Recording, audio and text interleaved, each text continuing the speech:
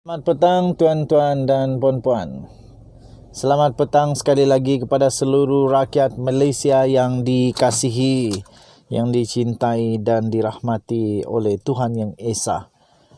Tuan-tuan dan puan-puan, laporan penuh telah diterima.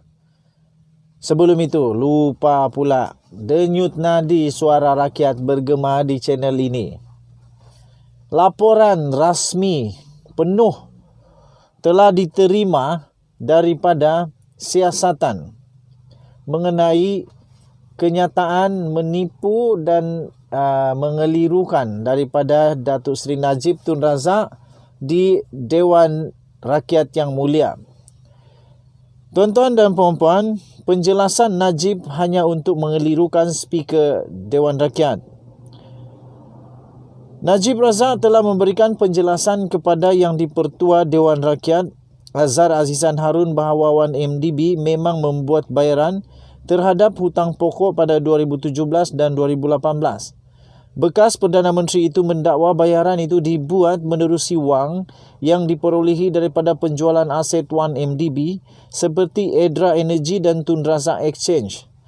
Penjelasan itu terkandung dalam surat Najib kepada Azhar yang menimbang untuk membenarkan usul agar Najib dirujuk kepada jawatan kuasa hak dan kebebasan Parlimen kerana memberitahu Dewan Rakyat pada 2 Mac yang lalu yang tiada 1 sen pun dana awam digunakan untuk membayar balik jumlah hutang pokok 1MDB. Penjelasan Najib kepada Azhar itu didedahkan oleh Tony Phua yang diminta oleh Azhar agar memberi maklum balas kepada kesemua 4 penjelasan yang telah dihantar oleh Najib.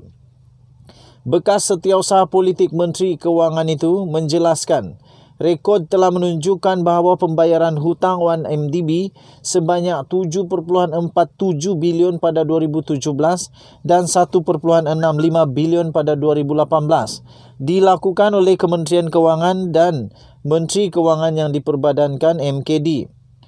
Perolehan daripada Edra Energy dan Tun Razak Exchange telah pun digunakan oleh 1MDB sebelum 2017, kata Tony Phua.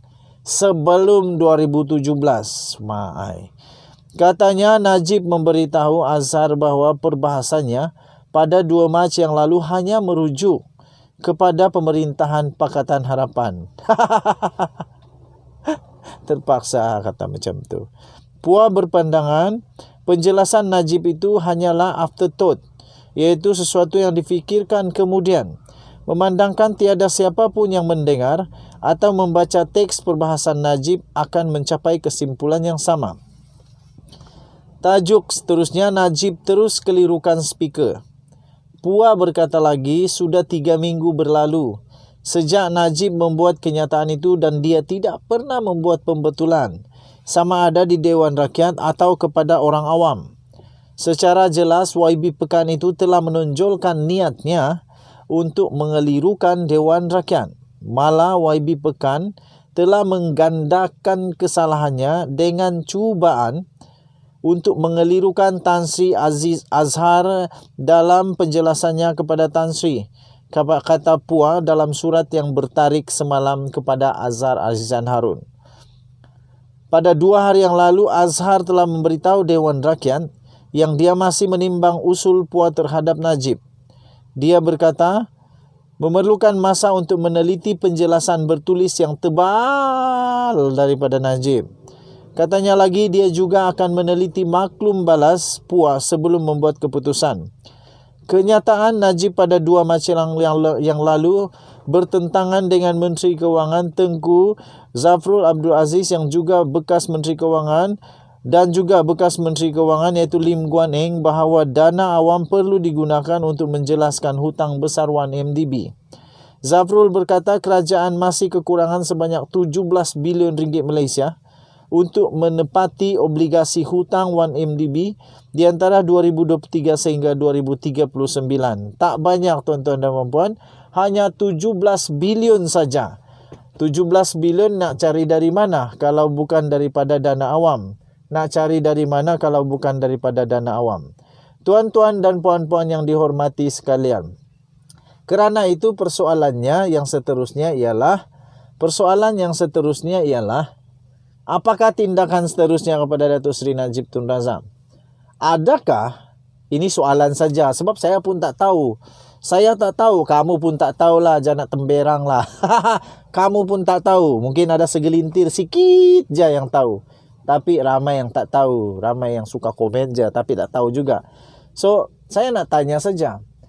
Adakah salah satu daripada hukuman yang mungkin dapat diterima, mungkin akan diterima oleh Najib Razak adalah, mungkinkah dia akan dipecat daripada ahli parlimen Pekan?